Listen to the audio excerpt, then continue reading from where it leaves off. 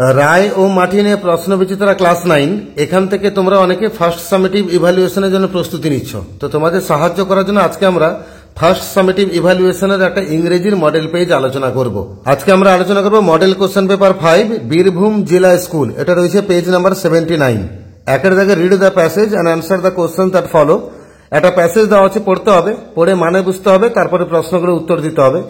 At 10 o'clock the zoo gates open and the first rush of visitors arrive. 10টার সময় চিড়িয়াখানা main gate খুলে যায় এবং দর্শকদের প্রথম ঢল চিড়িয়াখানার মধ্যে প্রবেশ করে। এটা রয়েছে আমাদের lesson number 4, a day in the জু।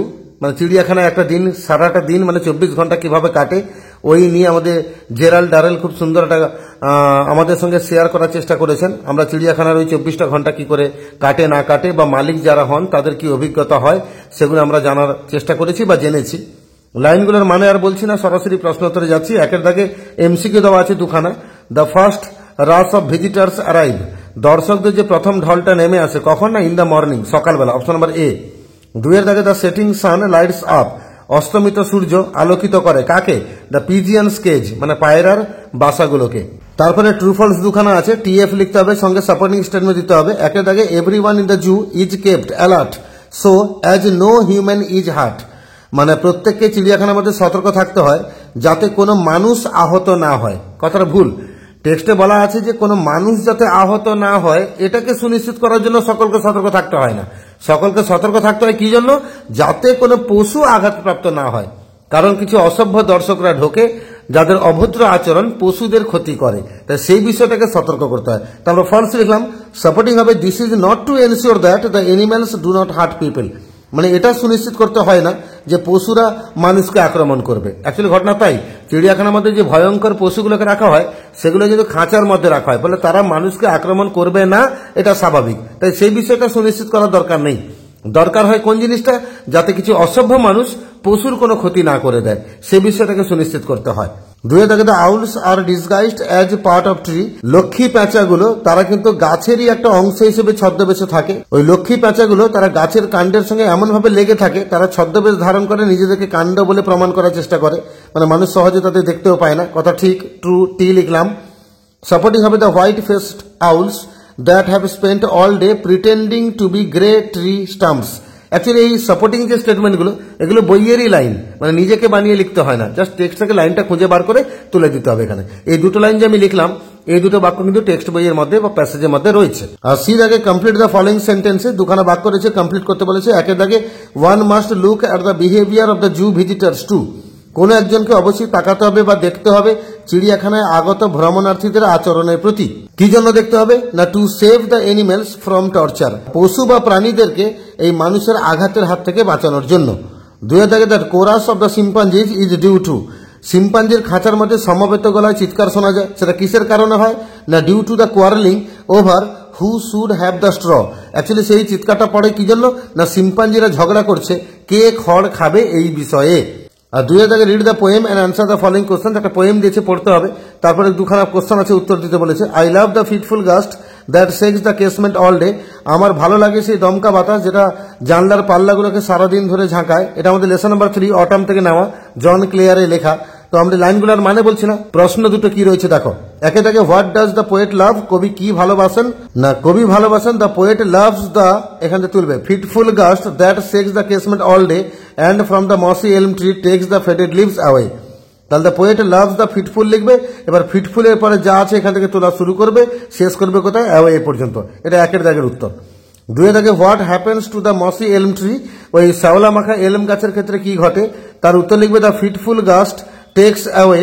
এখানে জুড়ে দেবে দ্য ফেডেড লিভস, মানে শুকনো ঝরা পাতাগুলো, from mossy elm tree and drop them on the lane. মানে আবার বাক্যটা পড়ছি, the fitful gust takes away the faded leaves from the mossy elm tree and drop them on the lane. মানে দমকা ঝড়ো বাতাস সে শুকনো ঝরা পাতাগুলো এলম গাছ থেকে কেড়ে নেয় এবং রাস্তার উপরে ফেলে দেয়। একটা আনসিন রয়েছে, পড়ছি শোনো। Mother nature has been very generous to us by giving us so many resources of water. প্রকৃতি মা তিনি আমাদের প্রতি উদার থেকেছেন, বা প্রকৃতি মা আমাদের প্রতি উদার থেকেছে বিভিন্ন রকম জলের উৎস প্রদান করে। যেমন রেন ওয়াটার দিয়েছে, রিভার ওয়াটার দিয়েছে, লেক ওয়াটার দিয়েছে, অ্যান্ড মেল্টিং গ্লেসিয়াস মানে হিমবাহ গলে যাওয়ার ফলে যে জল সেটা পেয়েছি আমরা, অ্যান্ড গ্রাউন্ড ওয়াটার এবং মাটির তলার জলস্তর পেয়েছি। The demand for water is ever increasing, কিন্তু জলের চাহিদা ক্রমশ বাড়ছে, but the supply is far from adequate, কিন্তু সরবরাহ প্রয়োজনীয় থেকে কিন্তু অনেকটা কম। For the lack of water in rivers, নদীতে জল কম থাকার জন্য people have been resorting to pumping out ground water for personal consumption and for farming, যার জন্য লোকেরা কি করছে, গ্রাউন্ড ওয়াটারের তলার জলটাকে পাম্প করে বাইরে বার করছে, ব্যক্তিগত কাজে লাগাচ্ছে, এমনকি চাষবাসের কাজেও লাগাচ্ছে। As a result ground water table has fallen so alarming levels, যার ফলে মাটির তলার যে জলস্তর সেটা কিন্তু একটা বিপজ্জনক জায়গায় নেমে গেছে। Moreover harmful fertilisers used for growing crops, সবচেয়ে বড় কথা হচ্ছে যে বিষাক্ত কীটনাশক বা রাসায়নিক সার যেগুলো ফসল ফলানোর জন্য ব্যবহার করা হয়, হ্যাভ কন্টামিনেটেড গ্রাউন্ড ওয়াটার, এগুলো কিন্তু মাটির তলা জলস্তরকে দূষিত করেছে, সো দ্যাট যাতে করে in many places it is not fit for drinking, অনেক জায়গায় মাটির তলার এই জলটা কিন্তু পানের যোগ্য নেই বা পানীয় জল নেই, ওটা বিষাক্ত হয়ে গেছে। It is time to wake up, এখন জেগে ওঠার সময়। Every drop of water is a source of life, জলের প্রত্যেকটা ফোঁটা একটা জীবনের উৎস। It is high time we realise that water resources are not permanent, আমাদের এখনই বুঝে নিতে হবে যে জলের যে সোর্সগুলো রয়েছে এগুলো কোনোটাই পার্মানেন্ট নয়, স্থায়ী নয়। সুন we as a family, society and nation will be struggling to get A drop of clean portable water, খুব শীঘ্রই একটা দিন আসতে চলেছে আমরা পরিবার, সমাজ এবং দেশ, আমরা সবাই কিন্তু এক ফোঁটা পরিষ্কার পানীয় জল পাওয়ার জন্য রীতিমতো আমাদেরকে স্ট্রাগল করতে হবে। We have to focus in water conservation, জল সংরক্ষণের উপর আমাদের গুরুত্ব আরোপ করতে হবে। And stop polluting hour water resources, আমাদের জলের যে উৎসগুলো রয়েছে সেগুলোকে দূষণ করা বন্ধ করতে হবে। Each one of us also need to do our bit by avoiding use of plastics, আমাদের প্রত্যেকের আরও দায়িত্ব সহকারে আরেকটা দায়িত্ব নিতে হবে, প্লাস্টিকের ব্যবহারকে বন্ধ করতে হবে। রিসাইক্লিং ওয়েস্ট প্রোডাক্টস, বর্জ্য পদার্থগুলো যাতে পুনরায় কাজে লাগানো যায় সেদিকে নজর দিতে হবে। And keeping our surroundings clean, আমাদের আর পার্শ্ববর্তী পরিবেশকে পরিষ্কার রাখতে হবে। Every town every village should have an eco friendly garbage sorting and disposal system, প্রত্যেকটা শহরকে প্রত্যেকটা গ্রামকে তার নিজস্ব একটা পরিবেশ বান্ধব একটা আবর্জনা পরিষ্কার করা বা আবর্জনা সরানোর একটা সিস্টেম চালু রাখতে হবে। Every school and college should initiate programs educating youngsters about the importance of our natural resources, especially water and air, আর প্রতিটা স্কুল প্রতিটা কলেজ তারা কিছু প্রোগ্রাম চালু করবে, ইয়াংস্টার বা ইয়াং জেনারেশনকে তারা শিক্ষিত করবে, তাদেরকে গুরুত্ব বোঝাবে, কিসের গুরুত্ব, প্রাকৃতিক যে সম্পদ বা উৎস রয়েছে তাদের গুরুত্বকে বোঝাবে, এবং বিশেষ করে জল আর বায়ুর যে গুরুত্ব বা উৎস সেগুলো সম্পর্কে বোঝাবে। We have to train new generation to adapt an eco friendly way of life, আমরা নতুন প্রজন্ম নবপ্রজন্মকে আমরা বোঝাবো যাতে পরিবেশ বান্ধব ভাবে জীবনযাপন করা যায়, সেভাবে তাদেরকে আমরা শিক্ষিত করব। এমসিকিউ দেওয়া আছে চারখানা।